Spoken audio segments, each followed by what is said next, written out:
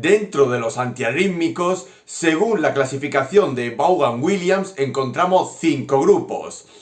El grupo 1, bloqueadores de sodio. El grupo 2, betabloqueantes. El grupo 3, bloqueadores de potasio. El grupo 4, bloqueadores de calcio. Y el grupo 5, donde se engloban el resto que no se pueden clasificar en los anteriores grupos. Hoy os invito a descubrir uno de los fármacos antiarrítmicos más importantes del grupo 4, el conocido como diltiazem.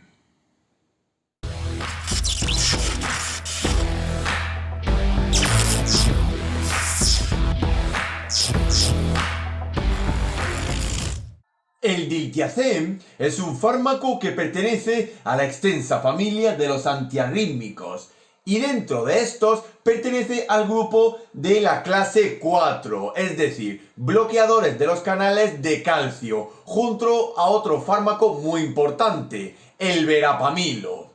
El diltiazem usualmente lo podemos encontrar en forma física de comprimidos y cápsulas, aunque también podemos encontrar formas parenterales, por ejemplo, para la inyección intravenosa.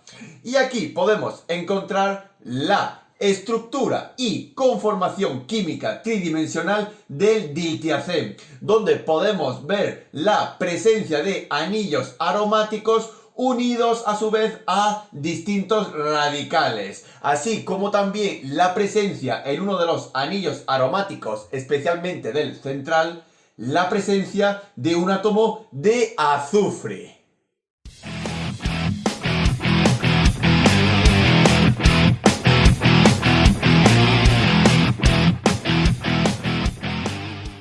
Al ser un antiarrítmico, el diltiazem está indicado en el tratamiento de ciertas arritmias que están relacionadas con el mecanismo de acción del diltiazem, especialmente aquellas que son de origen supraventricular, por ejemplo, las taquicardias supraventriculares, incluyendo también las de tipo paroxísticas, así como también en taquicardias auriculares, mencionando la fibrilación auricular y el flúter auricular. Y también el diltiazem lo podemos utilizar en las anginas de pecho, especialmente en aquellas estables o de esfuerzo, pero también se suele utilizar en las anginas inestables.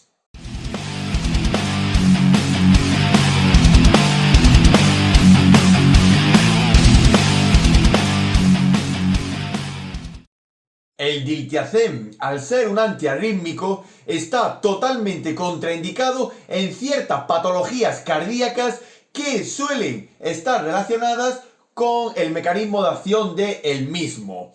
Por ejemplo, el diltiazem no lo utilizaremos en la propia alergia al fármaco y la molécula química. Tampoco lo utilizaremos en los bloqueos auriculoventriculares, especialmente en aquellos que cursan sin la implantación o presencia de un desfibrilador automático. Tampoco lo utilizaremos en la bradicardia, así como también en las insuficiencias cardíacas, incluyendo también las de tipo congestivas. Tampoco lo utilizaremos en la hipotensión y en los shocks, especialmente hipovolémicos e cardiogénicos, ya que el diltiazem tiene un potente efecto vasodilatador.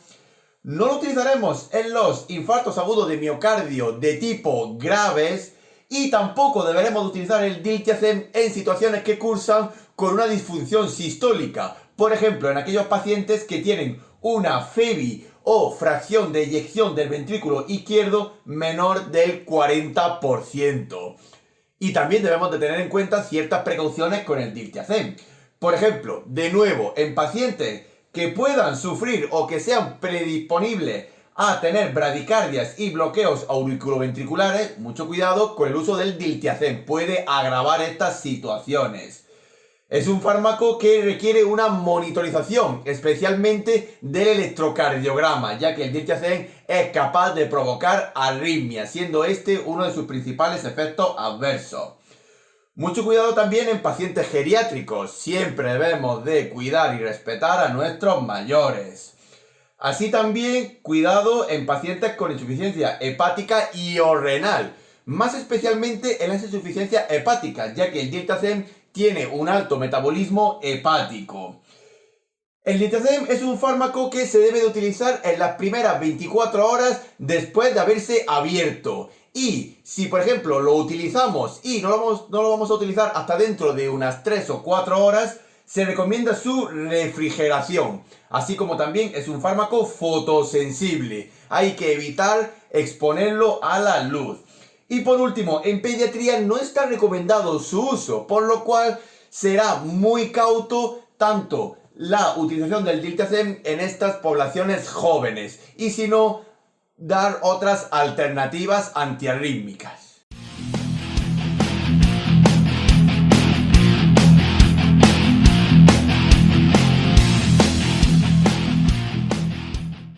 El mecanismo de acción del diltiazem es tan simple como el mismo que corresponde a su clase de antiarrítmico, es decir, al grupo 4.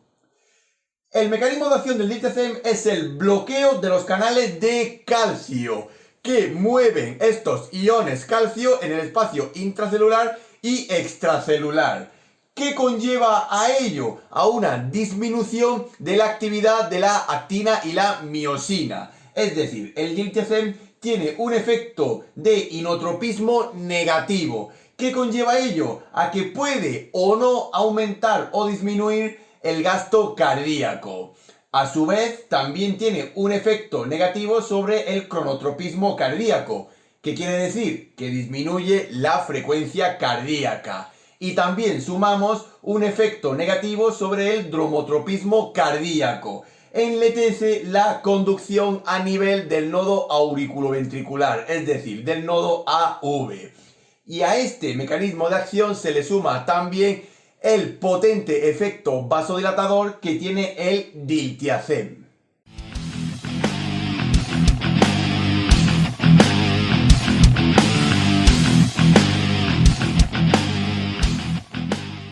La vía de administración más usual del diltiazem suele ser la vía enteral, especialmente por sus formas físicas de presentación, es decir, en cápsulas y comprimidos. Aunque también poco a poco se van introduciendo formas parenterales, muy rara verlas, al menos en España, pero sí se ha constatado que existen y se han administrado.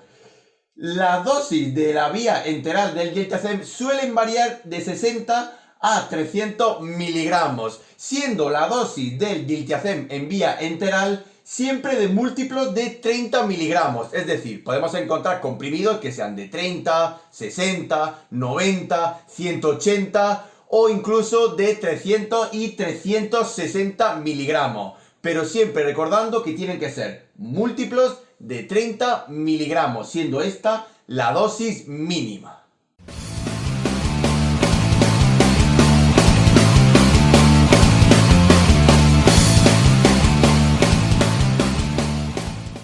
La dosificación y posología más habitual del diltiazem suele estar estandarizada, pero dentro de sus estándares puede variar dependiendo de diversos factores, como por ejemplo la patología a la cual nos enfrentamos, el estado del paciente, su edad, su peso y otros múltiples factores.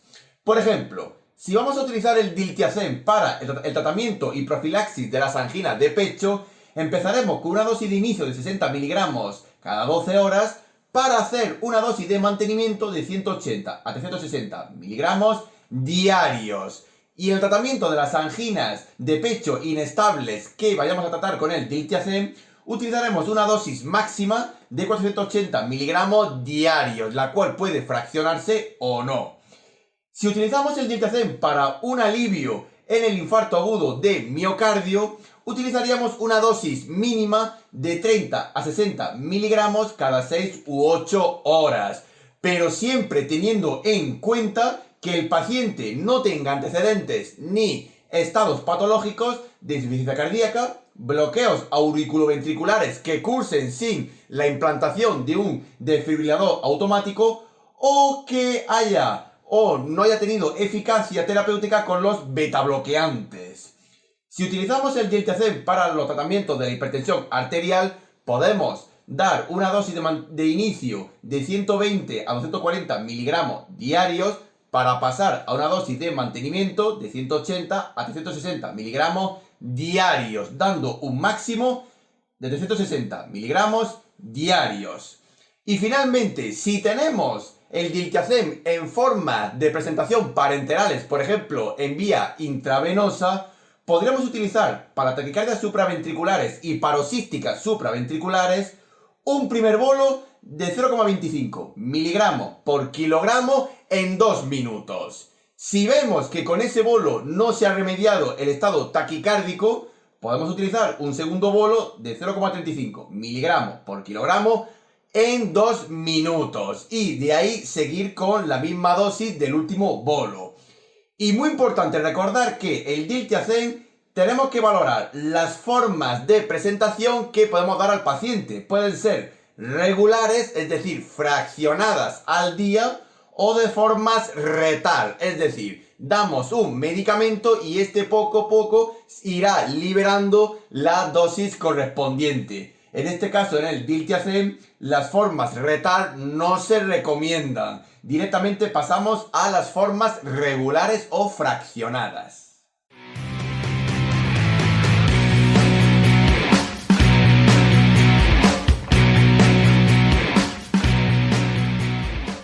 Dentro de la compatibilidad e incompatibilidad del diltiazem con el resto de la farmacología actual, deberemos de realizar una extensiva revisión bibliográfica de la misma, ya que el diltiazem usualmente suele tener mucha incompatibilidad con muchos fármacos, por lo cual también se recomienda no mezclar ni siquiera ni en la solución ni tampoco en la misma vía venosa por la cual pasan otros medicamentos, es decir, se administra en solitario. Y también tiene interacciones, como por ejemplo, puede haber un aumento de efectos, como por ejemplo de los antagonistas alfa, de los nitratos y de los beta bloqueantes. Puede haber una sinergia, es decir, un aumento de su efecto de acción si se administra junto a otros antiarrítmicos, da igual que sean del mismo grupo o de otro. Y también puede haber una potenciación del efecto del diltiazem si se administra con antagonistas de tipo H2, como por ejemplo la cimetidina o la ranitidina, y también con hipolipemiantes, ya que estos interactúan con las enzimas hepáticas encargadas del metabolismo del diltiazem, como por ejemplo la atorvastatina o la simvastatina.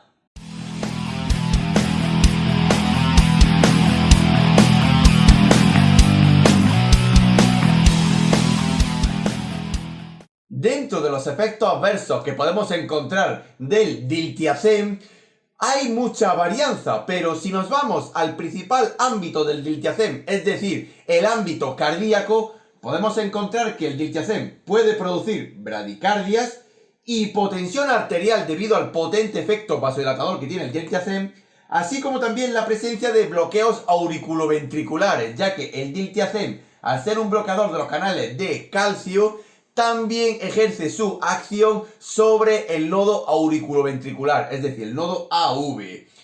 Y a modo general también puede producir cefaleas, mareos, dispepsias, dolor especialmente abdominal. Puede haber también edematizaciones, de nuevo por el efecto vasodilatador que tiene el diltiazem. Y en el embarazo y en la lactancia, el diltiazem tiene categoría C, tirando más a categoría D. Es decir, no se debería de administrar, ya que hay ciertos estudios que evidencian toxicidad y malignidad en gestantes y en lactantes, pero siempre hay que valorar el beneficio-riesgo tanto en uno como en el otro.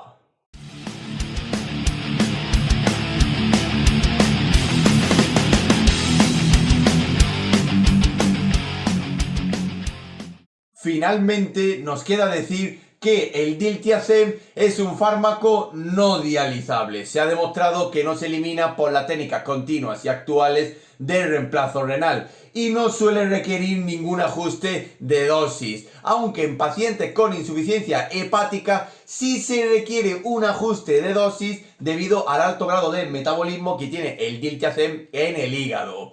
Y de nuevo tenemos que recordar que las formas de presentación más importantes del diltiazem suelen ser las formas enterales, pero poco a poco también se van introduciendo formas parenterales.